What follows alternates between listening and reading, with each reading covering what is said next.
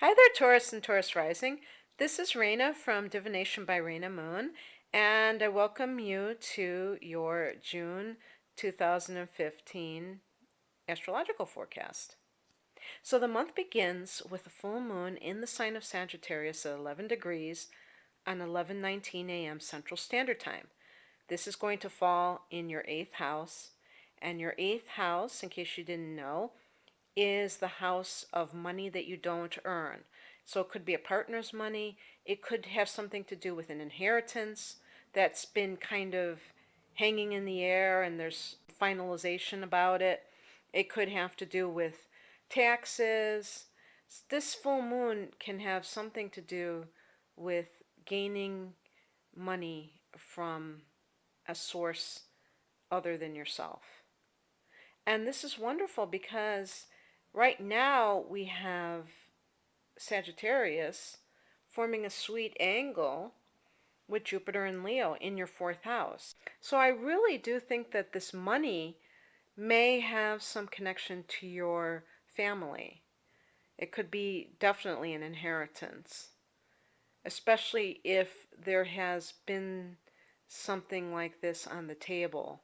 This full moon should be a lot less intense than our last one in Scorpio because, as we know, Sagittarius is a very lighthearted sign.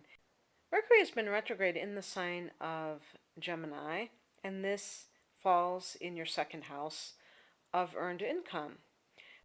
So this may be some kind of review in terms of the money that you make. You might be trying to fine-tune things or look at alternate sources, or this may have something to do with an expensive item that you purchased that you're having second thoughts about and you are thinking of returning it. Whatever is concerning you regarding the money that you earn will start to ease up on June 11th when Mercury goes direct. And you should start seeing that money flowing a lot better as the days go on and Mercury starts picking up speed. Venus is entering Leo on the 5th of June, and there's that 4th house again.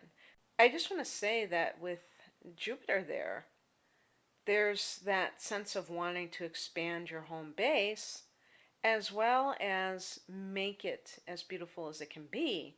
So this may be what you are, starting to work on, whether it's a renovation project, and having those two plants there is very auspicious. Mars is going to be in Leo until the 3rd week in June, and so that increases the energy in that 4th house. It could indicate that there's more aggressive behavior happening in your home or with your family, which kind of implies some sort of disagreements and things like that. But it could just mean that there's more general activity where before there hadn't been. And so you may be getting together more, you may be collaborating with family members, or you may be dealing with a housing matter and taking a very active part in whatever activities you're doing. This could really deal with renovations because of the physical connotations of Mars. But there are many ways to interpret that. It's just that home life is definitely featured in June and with a lucky angle to the home life. So Saturn had progressed to about 3 degrees of Sagittarius in your 8th house, and now since it's retrograde, it's going to be going back into Scorpio. So it will be opposing your 1st house again, and it will be dealing with relationship matters. I wouldn't worry too much about it because it will mainly affect those who have the final few degrees of the ascendant in Taurus. And those Taurian sun signs who are born the last few days of the sign of Taurus. So 18th, 19th, 20th, 21st, something in that neighborhood. This isn't anything you haven't experienced before. This is just you revisiting a certain relationship issue. And it's something you've already dealt with that you either have to look at again, but you can do it. Forewarned is forearmed, and this too shall pass. Neptune is in your 11th house, and it will be going retrograde on the 12th of June. And so when Neptune goes retrograde, it actually benefits us because it lifts the veil. Sometimes during a Neptune transit, whatever house it's affecting can be quite muddled, confusing, and Neptune has been transiting your 11th house. So you may have been wondering about what exactly it is that you wish for in your heart of hearts. You may have conflicting ideas, you may have longings that you just can't put your finger on, and having Neptune in this house has only added to the confusion. It hasn't clarified it.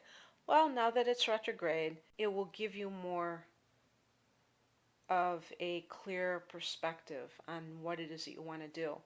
And on the plus side of having a transit in this house, it adds a touch of idealism to your hopes and wishes, so that you're not just thinking pragmatically, but you're thinking on a much deeper level, on a spiritual level, about what you want to do for your benefit and for humanity's benefit. So on June 16th, we have a new moon in Gemini at 25 degrees at 9:05 a.m. Central Standard Time, and this again is in your second house. So this is a wonderful new energy that will kick off a cycle of earned income. It's a very nice transit for making money. And in terms of setting your intentions, it's an ideal time to meditate upon what exactly do you want to do to earn a living.